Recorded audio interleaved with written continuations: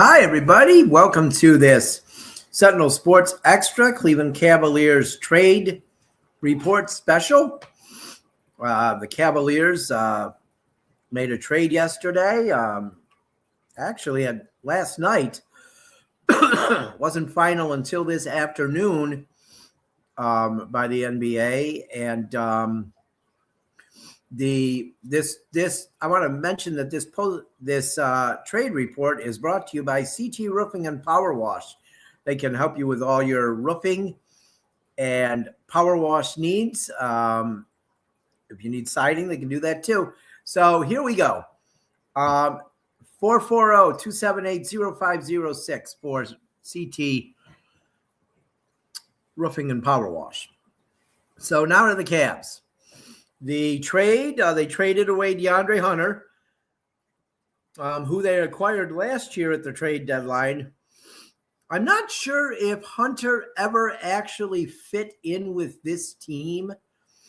That's nothing against him. I just don't think he ever fit in with this team. And then when, they let Ty Jerome go, him and Ty Jerome had a connection from Virginia. But so they let him go, and Hunter just kind of seemed lost this year.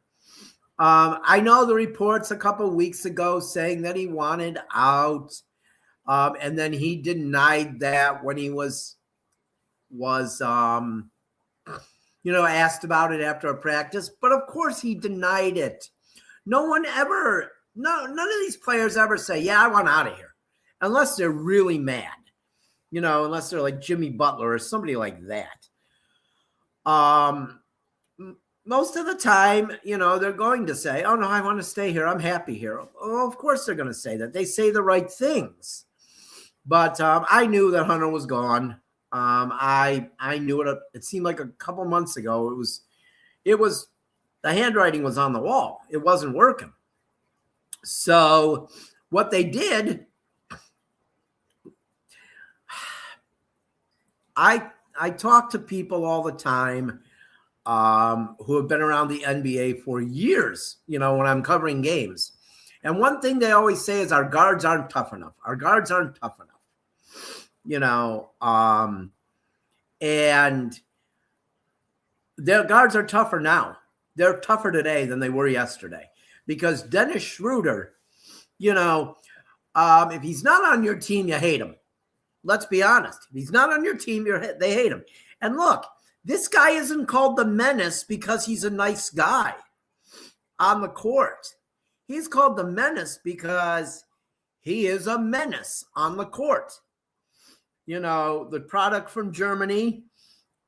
He was drafted in the 2013 draft in the first round, 17th overall by the Atlanta Hawks. Yeah, he's played on a lot of teams. He's played on a lot of teams because teams need a guy like that. And so teams trade for him. Or if teams need some toughness, they signed him when he was a free agent. It's not a knock against Dennis Schroder that he's played on so many teams. He's played on so many teams because he's valued. And he's from Germany, Braunschweig,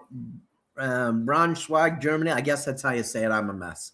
And, like I said, first round, 17th overall in the 2013 draft.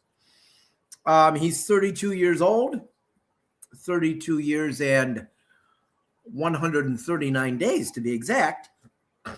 And he's 6'1", 175 pounds. And, point guard, shooting guard. And look, this year he's averaging 12.8 points a game, 13.9 in his career, 5.3 assists this year, which is above his career average of 3. And he's averaging 3.1 rebounds per game this year. He's 34% from three-point range, and he's 82% from the free throw line. So, but the big deal with DeAndre Hunter, Schroder, is his toughness. He's not, like I said, he's not called Dennis the Menace because he's soft. He's tough. He doesn't have a problem mixing it up with other people. So I think it's a really good, really good trade. It gets rid of some cap, which they need. They're looking to get out of that second apron that they got themselves into. So they're looking to get themselves out of it now. They also picked up Keon in this trade. Ellis is a 6 shooting guard. The career numbers, they don't mean anything. Okay, they're not good. Well, at it, but he's also played for the Sacramento Kings for 4 years. Okay, come on, constant change. Look, they fired Mike Brown after he was coach of the year. So he's played with an organization that's just a complete disaster all the time. And he's at 6.3 points per game. He's 41% from 3-point range, which is good. And what I understand, he's pretty good on defense. He averages 1.1 steal per game, and that's in very limited playing time. So I think that's a plus there too. The Cavs need these tough guys. They need tougher guys. They need guards that are tougher.